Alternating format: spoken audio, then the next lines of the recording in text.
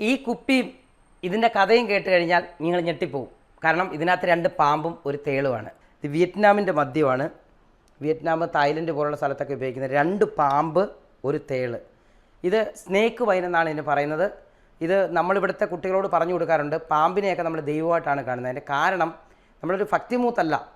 പാമ്പെന്നൊക്കെ പറഞ്ഞാൽ അന്തരീക്ഷത്തിലെ വിഷത്തിനെ വലിച്ചെടുക്കാൻ കഴിവുള്ള ഒരു ജീവിയാണ് പാമ്പ്. അതിൻ്റെ മരണത്തോടെ ആ വിഷം നഷ്ടപ്പെട്ടു പോവുകയും ഭൂമിക്ക് യാതൊരു അന്തരീക്ഷത്തിലുള്ള വിഷത്തിനെ അത് ഇത്ര മീറ്റർ ദൂരത്തിലുള്ള വിഷത്തിനെ വലിച്ചെടുക്കാൻ പറയുന്നതാണ് സയൻസ് പറയുന്നത്. അപ്പോൾ അതിൻ്റെ ഒരു വലിയ കാര്യമാണ്. പാമ്പൊക്കെ എന്ന് പറയുന്നത് തന്നെ പ്രകൃതിയിൽ ഏറ്റവും പ്രധാനപ്പെട്ട സംഭവമാണ്.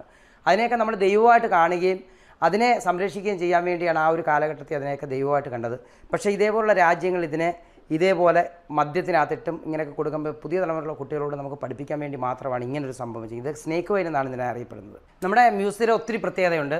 കുപ്പികൾ എല്ലാം ക്യാമറയ്ക്ക് പ്രത്യേകം, നാണയത്തിന് പ്രത്യേകം, നോട്ടുകൾക്ക് പ്രത്യേകം, ആയുധങ്ങൾക്ക് പ്രത്യേകം, അങ്ങനെയുള്ള രീതിയിൽ കുപ്പികൾക്ക് പ്രത്യേകതയുണ്ട്. പല ടൈപ്പ് കുപ്പികളാണ് നമ്മുടെ കയ്യിലുള്ളത്. ഇതൊരു വെറൈറ്റി കുപ്പിയാണ്. ഇതിൻ്റെ അടിയിൽ കണ്ടോ ഒരു ഹോളൊക്കെ ഉണ്ട്. അതിൻ്റെ പേരും എല്ലാം ഉണ്ട്. 6 എന്നുള്ള പണ്ടത്തെ ഓരോ സിഗ്നേച്ചറുകളാണ് അങ്ങനെയൊക്കെ ഉള്ളത്. ഇതും അതുപോലെ തന്നെ വലിയ മദ്യക്കുപ്പിയാണ്. ഏറ്റവും കൂടുതലായിട്ട് ലിറ്റർ ഉണ്ടാകുന്ന കുപ്പി. ഇത് സോഡ കുപ്പി, പണ്ട് കാലത്തെ വട്ട് സോഡ എന്ന് പറയുന്ന വട്ട് സോഡയുടെ ഇതായിട്ടുള്ള കുപ്പി. അതുപോലെ തന്നെ ഇത് ഒരു ബിയറിൻ്റെ വേറൊരു വെറൈറ്റി കുപ്പിയാണ്.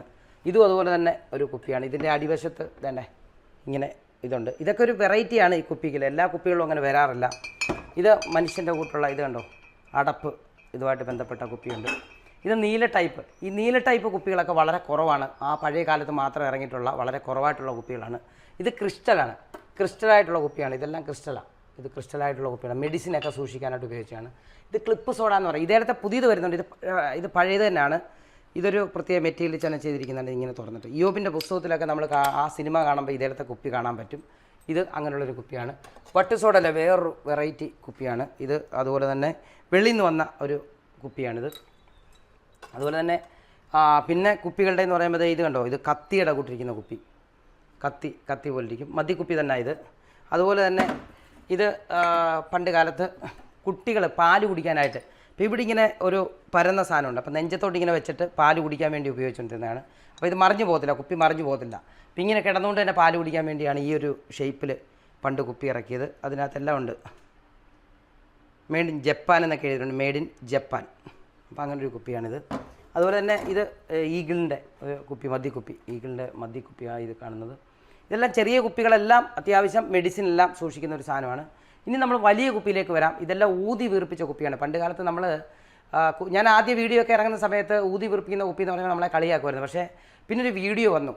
കുപ്പി ഇങ്ങനെ ഊതി വീർപ്പിക്കുന്നതായിട്ടുള്ള വീഡിയോ വന്നപ്പോഴാണ് ആൾക്കാർക്ക് മനസ്സിലായത് ഈ ബലൂൺ വീർപ്പിക്കുന്നതിൻ്റെ കൂട്ട് തന്നെയാണ് കുപ്പി വീർപ്പിക്കുന്നത്. പക്ഷേ ഇപ്പം അതിനെ അതേ രീതിയിൽ തന്നെ മിഷ്യൻ ചെയ്യുന്ന ഒരു രീതിയാണ്. പണ്ട് ഇങ്ങനെ കൈ കൊണ്ട് തന്നെ വായ് കൊണ്ട് തന്നെ ഊതി വീർപ്പിച്ചിട്ടാണ് ഇങ്ങനെ കുപ്പി ഉണ്ടാക്കുന്നത്.